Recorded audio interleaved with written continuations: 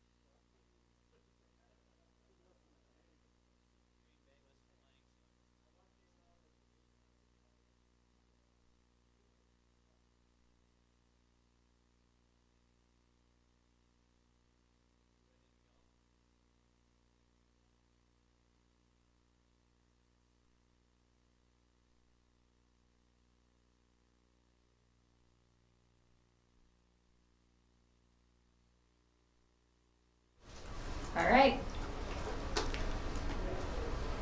Go. Ready, go. Welcome to the Senate Legislative Update.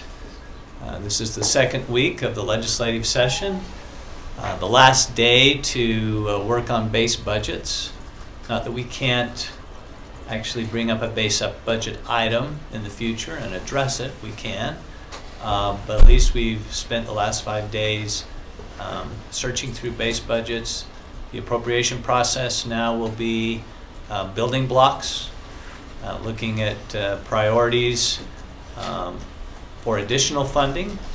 As long as Senator Hilliard, we have a revenue forecast that's positive, and we think that will be the case.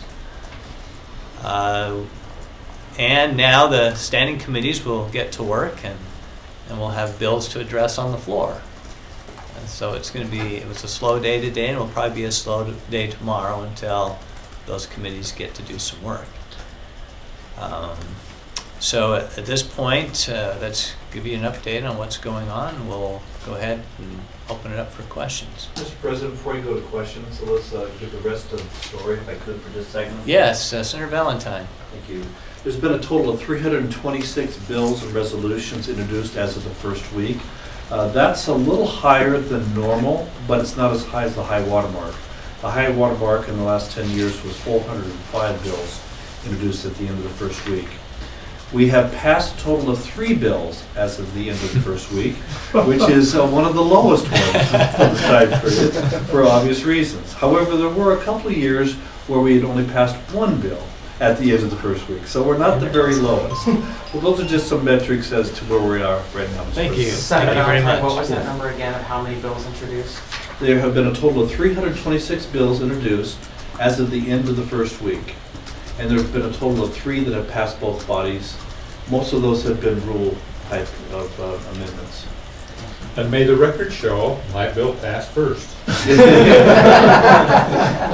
So I'm done. Thank you. President, it's hard to miss the Senate doors with all those SB 100 notes. Your reaction to seeing the Martin Luther-esque kind of posting on the Senate doors? Well, I heard about it, so I didn't.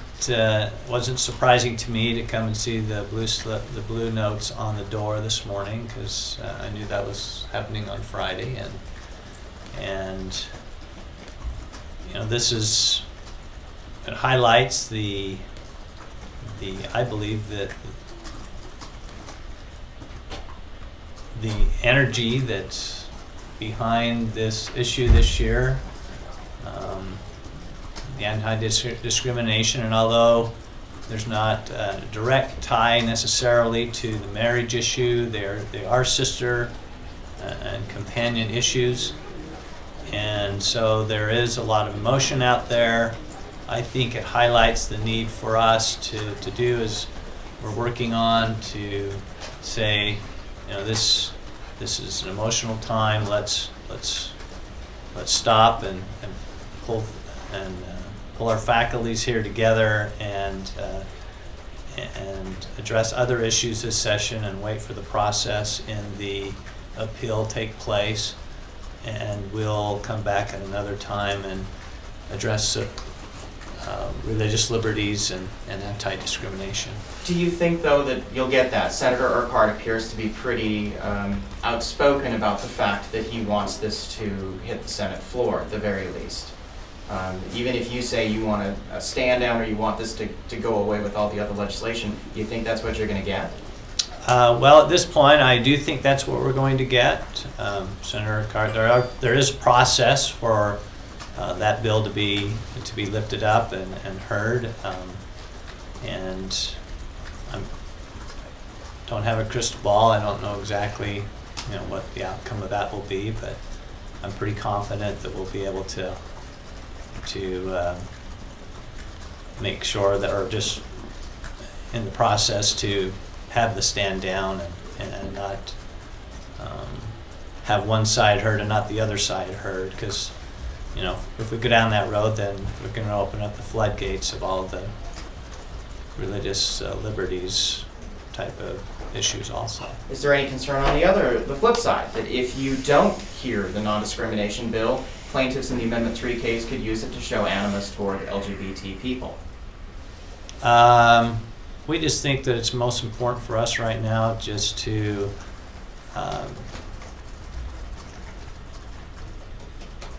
take some time. Let's not get too anxious. Policy, best kind of policy is the policy that's takes some time and has had a lot of deliberation. And obviously, Judge Shelby's decision has created a new dynamic this session that we haven't had in others, and we still feel like it's best for us to focus on the appeal and let's wait to discuss these issues once we have more clarity on what the courts are going to do. Last week, the Attorney General and Jean Scher met with the House caucus. Have they met with you or the Senate? Yes. They met with us on our all-day caucus in January.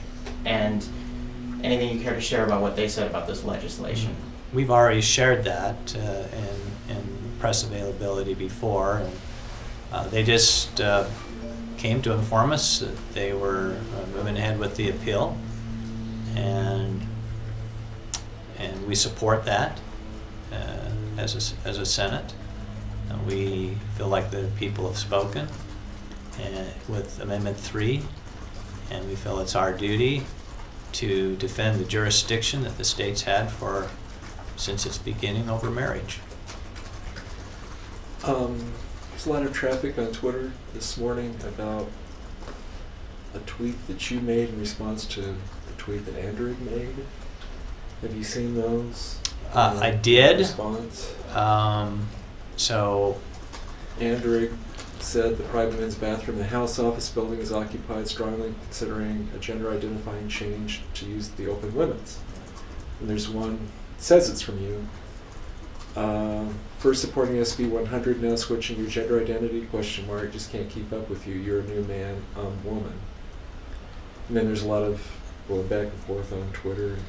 So first of all, if you know me, I'm not active on Twitter except during the session when I have an intern that can help me with that. That's a fact. And unfortunately today, my intern took some liberties to tweet on my account. It's an embarrassing situation for me, and it's an embarrassing situation for her. The tweet does not reflect anything that I believe in. I have deep respect for the people in the LGBT community and continue to do so. But it does highlight the need for us as senators, those of us who are having our interns tweet, to have greater supervision over that.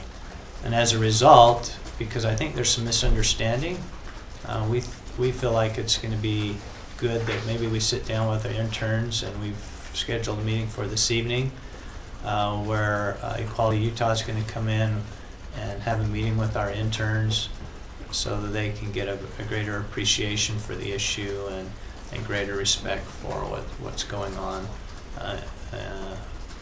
in that discussion. I'm glad you asked that question because he said some terrible things about Senator Todd Weiler myself. But I could tell it was clearly a joke, so I didn't get too mad at it. There are a couple of other bills that are kind of on the fringe of same-sex marriage debate and things, such as Kennedy's bill in the House dealing with transgender bathrooms, which kind of this refers to. Do you see those sort of things also kind of being put on hold, or is that something that could come up? Or there's also a bill out there to create a tax checkoff to help pay for the same-sex marriage legal battle. Do you see those as kind of... The checkoff is, I think, an issue that is not that's not the emotion. That's an issue that we discuss, the funding of the appeal.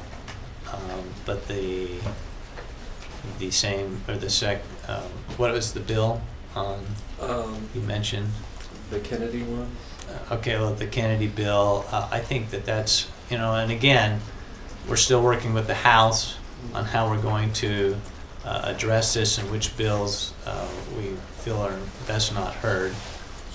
So I'm waiting to kind of have that conversation with the Speaker and House leadership to determine where they are at and which bills that they're going to hold, and we'll have the same discussion from our point of view, which bills that we're going to hold. Okay.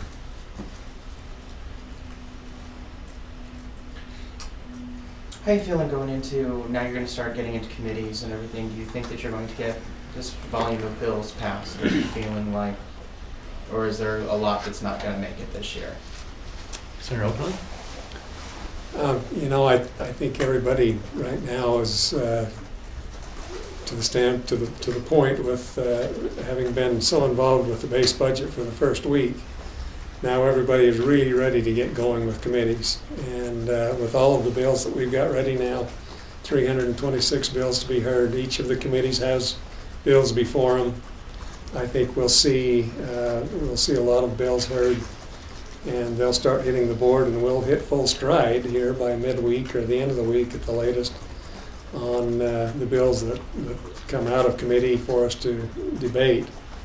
And from then on, it's just going to be a matter of we're going to make sure that we have good debate, that we allow for good debate on each of the bills, and kind of see how many of them get through that process and come out of that debate. So at this point, it's kind of hard to tell how many number-wise we might consider, but the fact of the matter is we will be really in full production mode by middle of the week. So we'll see some bills moving then. But I predict we pass last this session. Yes. We're only about 11 and a half months away from next year's session. Only. You'd have to remind us of that, right? You predict you pass fewer this session because it's just the process. I'm sorry. Base budget is and rightfully so. I think that addressing the base budget like we've never done before is actually our duty. And there's been a lot of positive outcomes, Senator Hilliard. On that too, I'm getting comments from people who have gotten online in the COVID process, have been able to look at budgets, come back, and had a lot of compliments about that. And I know for me personally, I'm not filing as many bills this year, and I want to be more careful about quality rather than quantity. And I think if we change our culture up here, then we're not up here to pass 583 bills or whatever the number may be. We ought to be more concerned about quality than quantity. Yeah. Senator Stevenson, what are you hearing from the Appropriation Committee? Most of the committees are very pleased with the process of being able to have a better review of the budgets that they're working with. And again, Senator Hilliard said the COVID process is amazing. That allows us a real look at where this money comes from and where it goes. Is there an anticipation that there'll be significant money saved as a result of this base budget process? Are we going to see significant cuts in the base budget to free up money for other things this session? I don't know they're significant, but any organization is certainly capable of making changes in that organization. And what we have told the committees is if you find money in your committee and you have new programs that you would like to bring forward, then the money you find would certainly, we should look at the new program first before it's taken out of the committee and put elsewhere. But I guess Executive Appropriations is meeting tonight, right, Senator, to go over what the results of this process has been. Do you anticipate some real savings? I think the savings is going to come in the form of a more direct and more pinpoint spending in what we do. I think what the committees are going to come back to tonight is just the basic budget. We're going to know there's going to be money that they have not spent in the base budget that last year they would have just routinely approved. So now when we get our new revenue estimates in February, and based on what the committees have done, we're going to actually have more money, I think, to address the growing needs, and they're going to help us find it. And so I think it's going to be a lot better. I don't know whether it's going to save us money. I can tell you, I could take every budget and add 10% to it. Anyone sitting around this room would say that's money well spent. I mean, I think we are very frugal in the state of Utah on how we use our money. There's always more needs that are being requested. I think this way, in this process, the committees themselves will identify monies that can be reallocated and help higher priority items. So I think eventually, in the sense of being more direct and spending money on better projects, we are going to save money. There's been some issues highlighted that we wouldn't have highlighted without this process.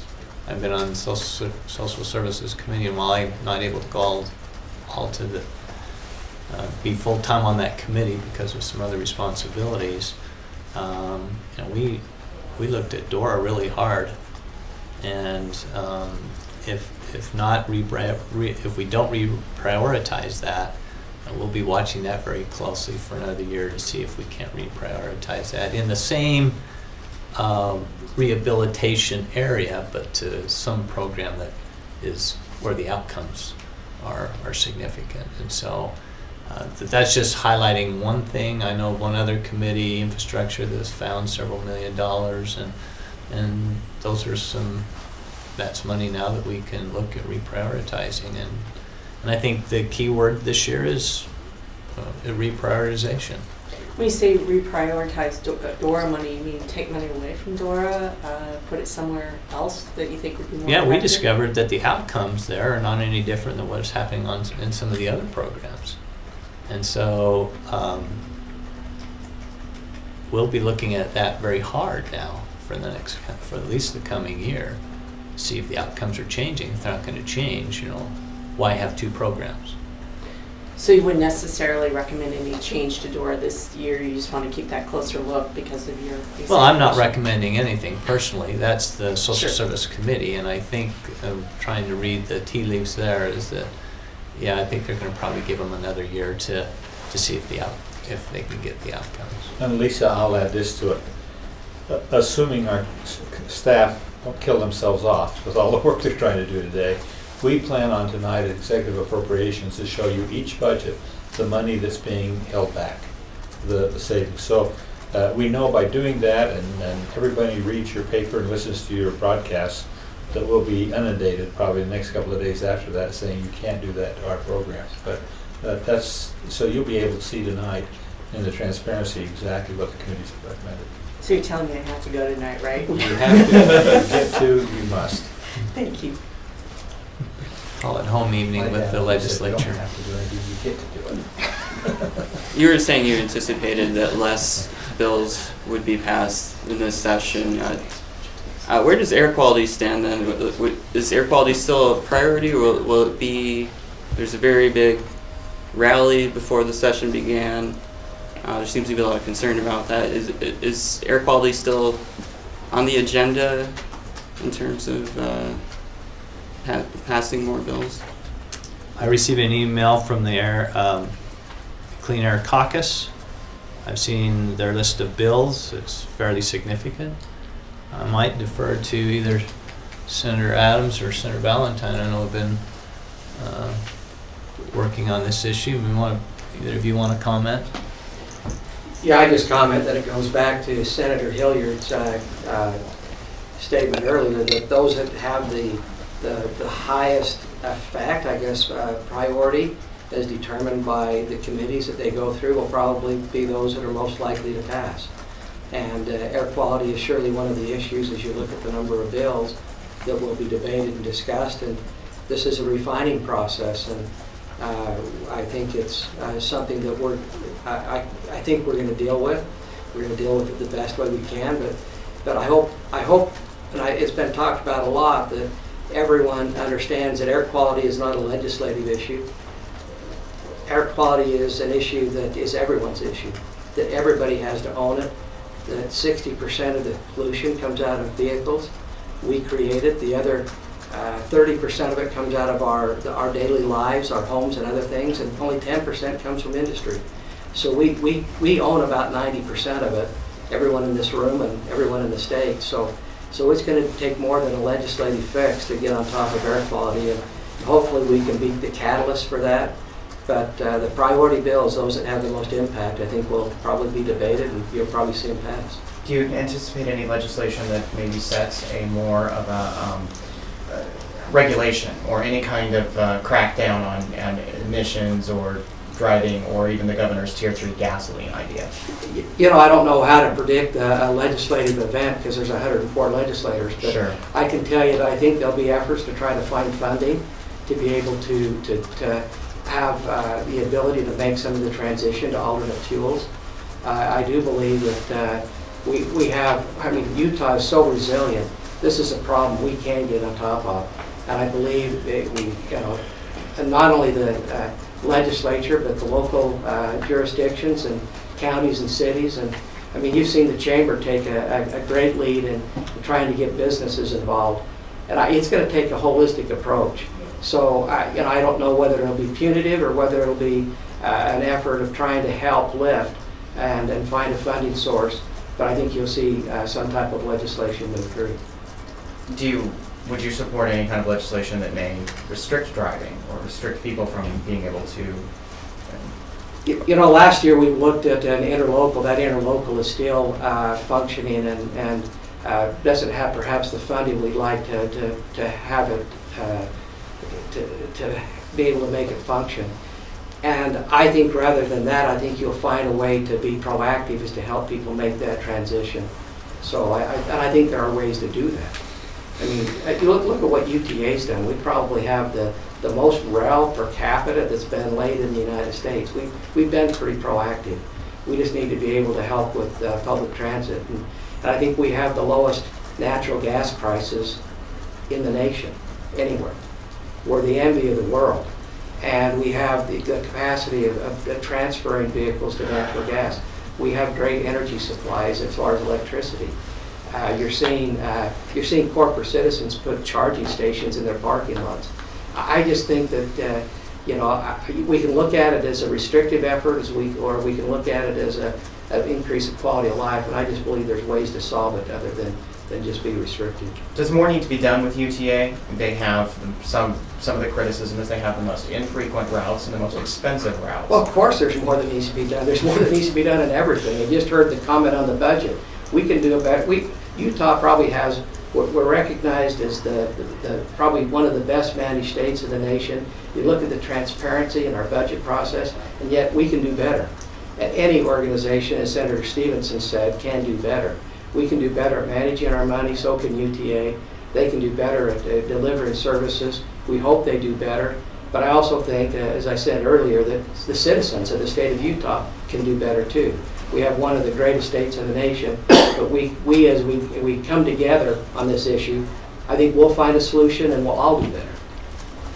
Are there some of the same political holdups that you have with some other issues, like with the same-sex marriage, or like I'm assuming gas taxes would be more difficult than, say, stricter emissions or? Yeah, that's the legislative process, and I think as you move through it, we all represent a part of the state. I have 100,000 people that elect me, and as you look through the process, there's 29 in the Senate, 75 in the House, 104 total. I'm not sure what you're going to find come out of the process, but I do know it's a process that works. So, but I don't see any restriction to it. It doesn't sound like it to me from what Senator Valentine said earlier. I think we've got over 1,000 bills that have already been introduced into drafting. 300 of them, you said? 326. 326 that have been introduced for action, they've been assigned to committees. I don't think there's any lack of ideas, so I don't think there's any restriction that I know of. Air quality is a big deal for me personally. I enjoy the outdoors. I enjoy living in Utah and being able to recreate there, cycling and running. And there's often some days when you can't do that. And it's not the norm. We mostly have clean air, and in fact, our air is almost twice as clean as it was a decade ago. And yet we still have these kind of issues. And so I applaud Senator Adams' efforts with natural gas.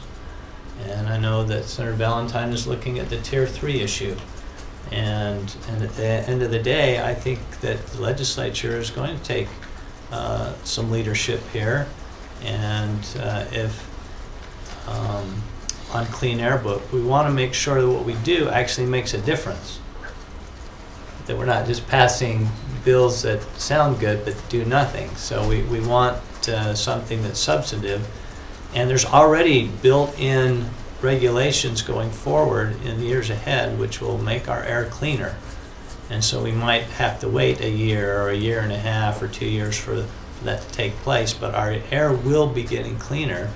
And we need to address this because the population along the Wasatch Front is going to double over the next several decades. And so we have to make some significant gains, or our air will be, we'll lose the progress that we've had over the last decade. Any other questions? Thanks very much. Thank you. Senator Oakland.